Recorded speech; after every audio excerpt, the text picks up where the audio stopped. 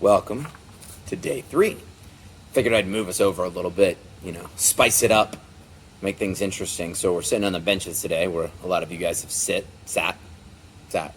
before. So we'll kind of go over everything we've got today, talk about some stuff maybe you guys could post in the Facebook group, because believe it or not, I think I've seen a good 80% of the gym borrowing equipment the last few days, and I think a lot of people are looking for things to do.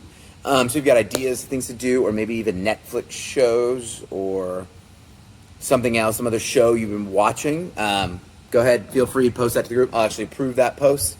If you decide to post pictures or videos of your workouts, remember, let Holly know, and then she can take it and tag the group or bring it into the group so you guys can kind of check it out and see what everybody else is doing, and get some fun ideas.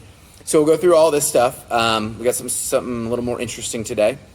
So we'll go through all the breakdowns and everything you guys have to do today, and then we'll kind of get on our way. Okay, so we're starting with a squat, a 20 rep squat max.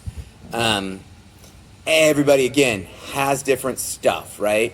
So if you've got a barbell, go ahead and use that. If you've got dumbbells, you can just hold them right here, right? If the dumbbells you have are too heavy to do a set of 20 of, you can even do them goblet style. Same thing you can do with kettlebell, right? Hold your kettlebell here, do it goblet squat style. Pick something, start with something that's light, right? We're going to do this again next week, maybe the week after, probably only next week though, because 20 rep max is hard. And so we'll go up. So try to do all 4 sets of the same weight. Dumbbells, you're going to obviously only have 1 set of dumbbells, most of you guys, so you're going to do it all at one weight.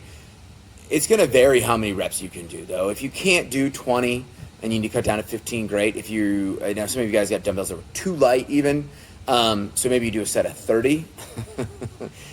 Have fun with 4 sets of that, but it is what it is. And then next week we'll try to improve. And most of you guys, if you have barbells, will probably be going up a little bit in weight, or number, right? Same thing with dumbbells. We'll probably go up in number on dumbbells, just so we can do it. If you don't have equipment, there's an option in there, right? So you'll do 10 sets of 10 with a 7-second negative, a 3-second pause at the bottom, and then you'll stand up. So it's 7 seconds from the top to the bottom, so go very slowly, pause for 3 seconds at the bottom, and stand up. And those should get your legs just as sore as everybody else's are, right?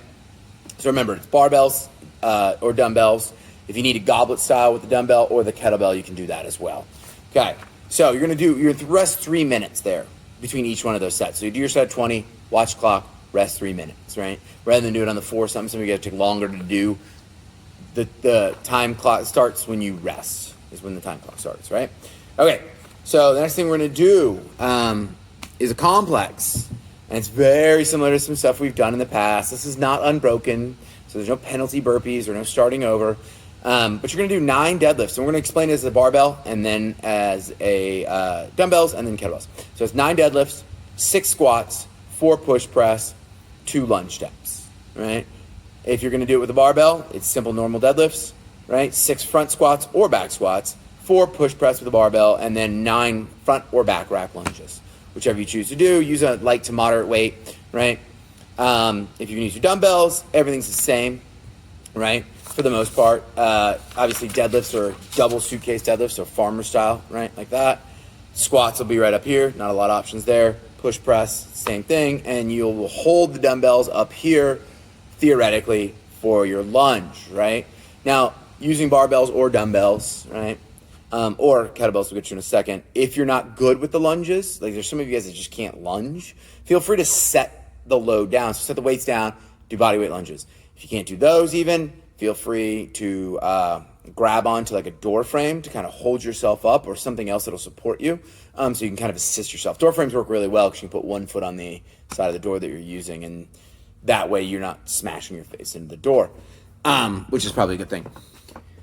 So, with a kettlebell, the workout has to be a little bit different. So if you've got a single kettlebell or even a single dumbbell, you're going to do 8 suitcase deadlifts, 6 goblet squats, right? 4 push press total, and then 2 goblet lunge steps, right? So suitcase deadlifts would be one-sided. So you'll do 4 on one side, then 4 on the other. Same thing with your push press, 4 on one side, then 4 on the other, right?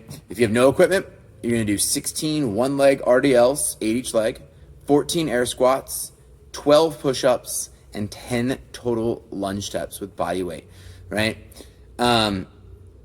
So this there'll be videos to anything you need, links and all that. There's also a video that Connie's put on how to work on handstand positioning. And I know a lot of you guys are going to go, oh, I don't ever want to do handstands, which is fine, right? But the reason we work on some of the gymnastics stuff and is because it's great prehab and kind of rehab, right? And this is a perfect example of that. You may never want to do handstands and you don't care about handstands, but you don't have to care about handstands to get the benefit out of what we're doing today. And you also don't have to have the skill to do handstands to do it either. It's great kind of shoulder work, a lot of mobility and strength through ranges of motion, which is just as important as actual mobility. So think of it almost as super stretching, like advanced stretching.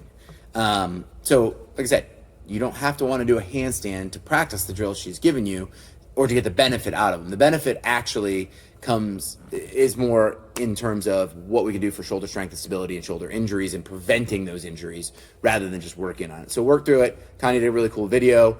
It's actually on the show. It's on the Sugar Wad. So check that out. But yeah, day 3, any questions? If you have any questions, again, let me know. Oh, you guys did have some questions about the shorts yesterday. Those are my social distancing shorts, right? So when I go grocery shopping, I wear those, and people stay 6 feet away from me for some reason, which works great. They probably won't be super effective if you're somebody who has like tan shave legs. So Drew Denley, sorry, you're out. But for those of us with giant, pale, white, hairy legs, it is a great way to make sure when you go grocery shopping that no one comes anywhere near you, right? So stay tuned for some more fun coming later in the week. I promise those will be the last times you have to see me in those shorts for a little while. All right, see you soon.